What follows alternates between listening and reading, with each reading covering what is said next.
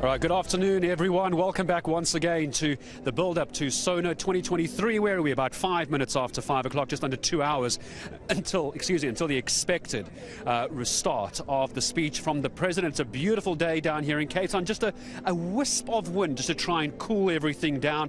Also overheating a little bit like me today, not just from the politics, from the temperature as well. As Judith February, always very kind with her time. Hello to you, Judith. So as the sun begins to set, temperature politically going to go up. Because we'll talk about the red carpet in a moment, but there is this well-known expectation the EFF are going to disrupt proceedings as well. It's not going to come as a surprise to everybody. What is going to be surprising is how it gets handled and what the country thinks of that disruption.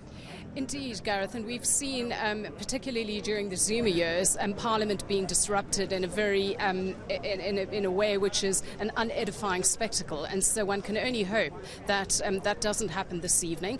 But you know, Julius Malema is a maverick, and he is also unpredictable and disruptive. And so, quite how he will play this tonight, there is the issue of Phala Phala. Still, the president comes to Parliament tonight with that swirling over his head. And so despite the fact that the ANC have surrounded him with protection within the party with regard to the report, and there's a legal challenge to it. So it will be interesting to see how Malema plays it, whether he's into the short-term gain or whether he's looking with his eye on the prize of 2024 and being kingmaker in coalitions with the ANC. A lot of tonight is also about 2024. It really is, and some are saying this could be, if not the most important, the second most important SONA ahead of the elections next year. And we'll circle back around to what the benefits could be for the EFF. While we're talking red, shall we talk red carpet for a moment as well? Because many people in South Africa, we've seen this over the years, Judith, tell me if I have this wrong, are not necessarily a fan of the red carpet. If you look at what is to be celebrated or not celebrated in our country, crime, unemployment, inflation, never mind blackouts and load shedding, the tone deaf is the word the description I'm hearing often about a red carpet and talking about fashion. Where does this sit with you? As we stay a few meters away from it, we're not going to focus on it, of course, but give us your thoughts.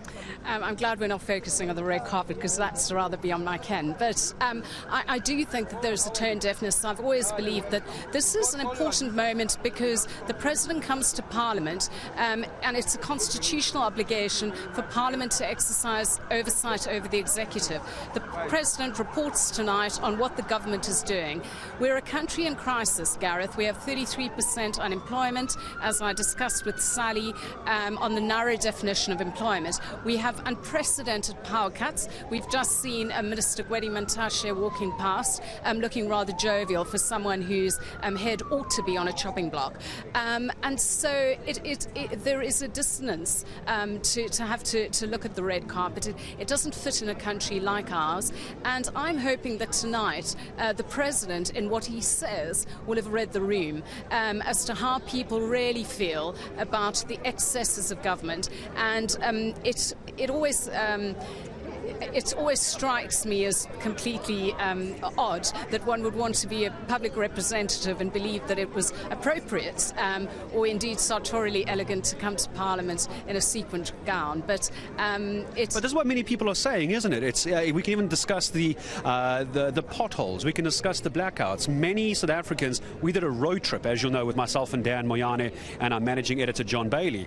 Many people feel that government officials and MPs are tone deaf. They don't experience blackouts like you and I do, and that's just the start. Never mind the rest of our everyday existence. There is almost a separation of existence, you could suggest. Yes, so what happens is many a time when people get into power, there becomes that separation between the people and the people who govern. And in South Africa we've seen that, and it reached its sort of lowest point, of course, during the criminality of state capture. But also, Gareth, I think it's a much larger question about, what we prize in our society, what this democracy is built on. And so what are our values? Are our values about the materialism of culture and the culture of materialism? Or are they really about building, about work, about reading, about education? For many people, a fast track to a better life is through politics. And we see the dangerous repercussions of that at local government level, where people are literally killed for jobs.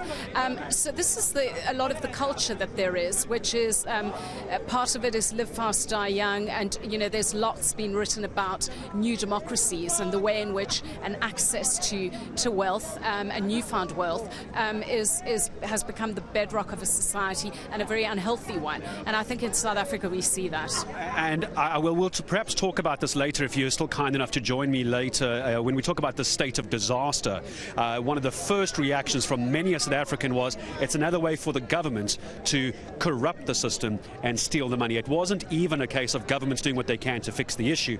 It's another way, like we saw with COVID-19. The suggestion was for government to steal the money. I'll circle back to that if we have time, because for those joining us, Sally and Dan this afternoon, I have lost comms to you. So I'm going to wrap our conversation up here just based on time, as I'm not able to hear my team. The red carpet we spoke about, going to be avoided. I'm hearing reports that one particular party in blue are going to be, the DA of course, are going to be avoiding the red carpet. They're not going to be walking along it. I haven't got independent confirmation of that, but that would be more in line with, I think, how many South Africans are feeling, even symbolically, just walking around it to get to the entrance. I think so, Gareth, and also we must remember, South Africans, we're very resilient, that overused word, but here we are in front of the City Hall. And why are we here? Because our Parliament part of it has been raised, this beautiful historical building, the centre of our democracy where so much history sits, and we should not be comfortable with being at the City Hall, but yet we are, and we move on, and in the typical slow fashion of South Africa, we're not really sure who was to be held to account for that, although the President said about the insurrection and what's happened with the raising of Parliament, we know who they are, but accountability is hard to come by. And so I do think something muted. We're also a year away from that fire and 2 years away from an insurrection where certain people wanted to bring down the state. So this is not a happy country, and so we need to bear that in mind when we see the excess that we see behind us. Yeah, absolutely, and you're not able to see it here. We're not going to be showing it later either. Judith February, thank you. As the lights of SONA 2023, there is going to be from some quarters this evening, including here at eNCA, an avoidance of the red carpet, because as Judith February quite rightly says, and many of you on social media have shared your views, there isn't much to celebrate. If anything, this is actually a report back on the damage done over the last 2 years. In fact, as Judith mentions, from that insurrection a couple of years ago, through COVID-19, and now the constant blackouts, there is very little to celebrate as a country. So while we get ready for the speech at 7 p.m. tonight, I want you to narrow down to your area. Yes, we're here in Cape Town talking about the state of the nation. While you listen to the President talk, what is the state of your province? What is the state of your city? What is the state of your neighborhood? While you hear what the President has to say a little bit later. So we're hearing expectations of the Democratic Alliance are going to be avoiding the red carpet that everybody else seems to be walking up. I haven't seen, and I stand to be corrected, I haven't seen a DA member come through as yet, but the moment that does happen as a DA MP, I'm sure we'll be able to get a chance to speak to them a little bit later. Sally, Dan, I have lost comms through to you. We're going to come back to you again a little bit later.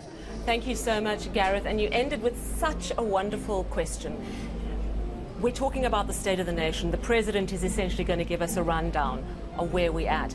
But it gets personal when you go, what is the state of my city? What is the state of my neighborhood, my street? And for me, it's crime.